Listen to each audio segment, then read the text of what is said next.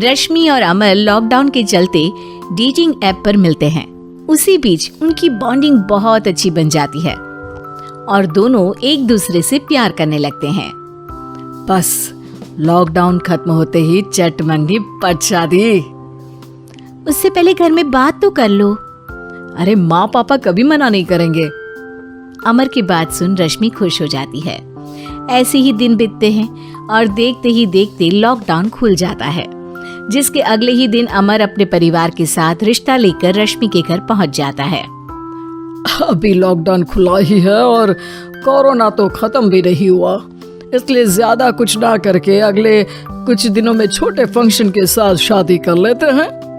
अमर के पापा की बात पर सब सहमत हो जाते हैं। कुछ दिन बाद दोनों की शादी हो जाती है और रश्मि अपने ससुराल पहुंच जाती है। बेटा, शादी तो तूने अपनी मर्जी से कर ली, लेकिन बहू को बोल देना इस घर में हुक्म मेरा ही चलेगा, इसलिए अपना राज जमाने की कोशिश भी ना करें। माँ, रश्मि को यहाँ सिर्फ प्यार, आशीर्वाद और अपनापन चाहिए, पैसा या राज नहीं।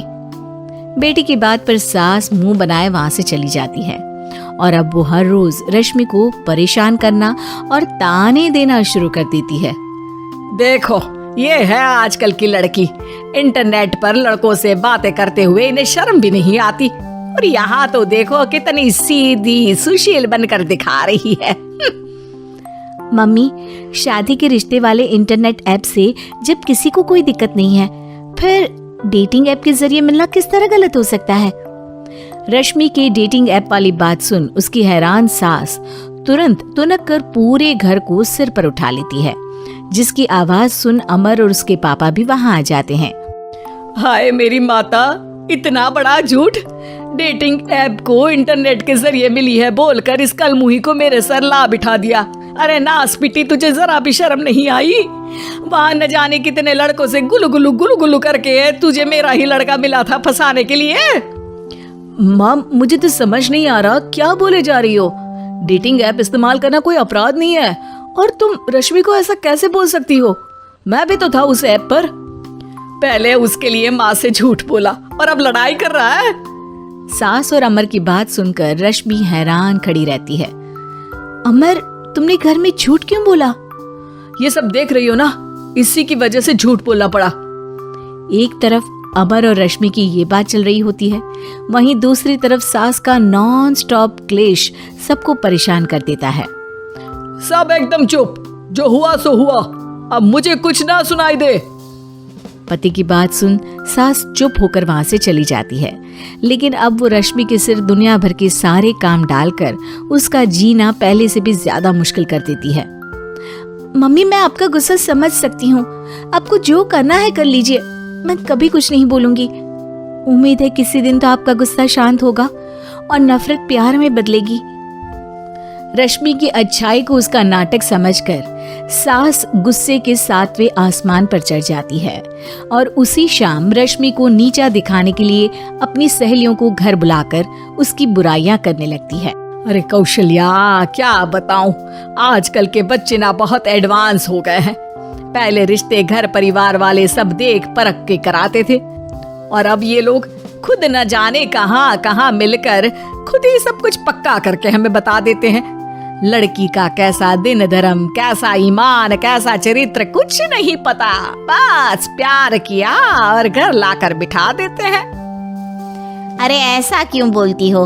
आजकल बच्चे अपने आप में बहुत समझदार हो गए हैं, और फिर पूरी जिंदगी तो उन दोनों को ही साथ निभानी है। अपनी पसंद से शादी कर भी ले तो क्या दिक्कत? तू ही देख ले, पहले इतना अच्छा बेटा और अब सोने पर सुहागे जैसी सर्वगुण संपन्न बहू। और पता है, अभी कुछ दिन पहले मेरी बेटी ने मुझे डेटिंग ऐप के बारे में बताया, जहाँ लड़का लड़की अपनी पसंद से अपने आप एक दूसरे को चुन लेते हैं, और फिर अगर सब सही रहता है तो बात आगे भी बढ़ जाती है। अरे इसमें इतना खुश होकर क्या बता रही हो? ये तो गलत है। न जाने कौन क्या है, कितना झूठ कितना सच है।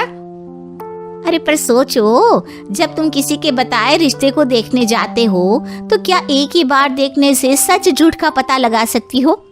जरूरी नहीं कि बच्चों का लिया फैसला हमेशा गलत हो। अरे बहुत बार हमसे भी तो गलत फैसले होते हैं ना।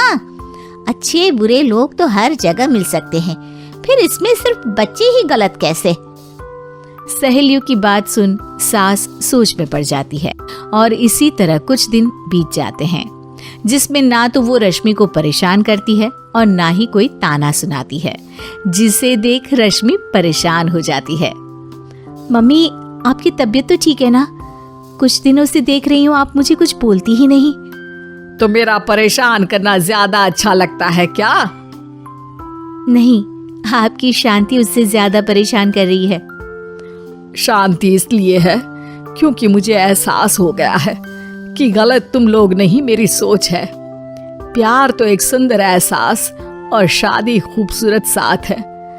अगर ये साथ सच्चा है तो कहीं पर भी किसी भी तरह जुड़ा हो, उससे कोई फर्क नहीं पड़ता।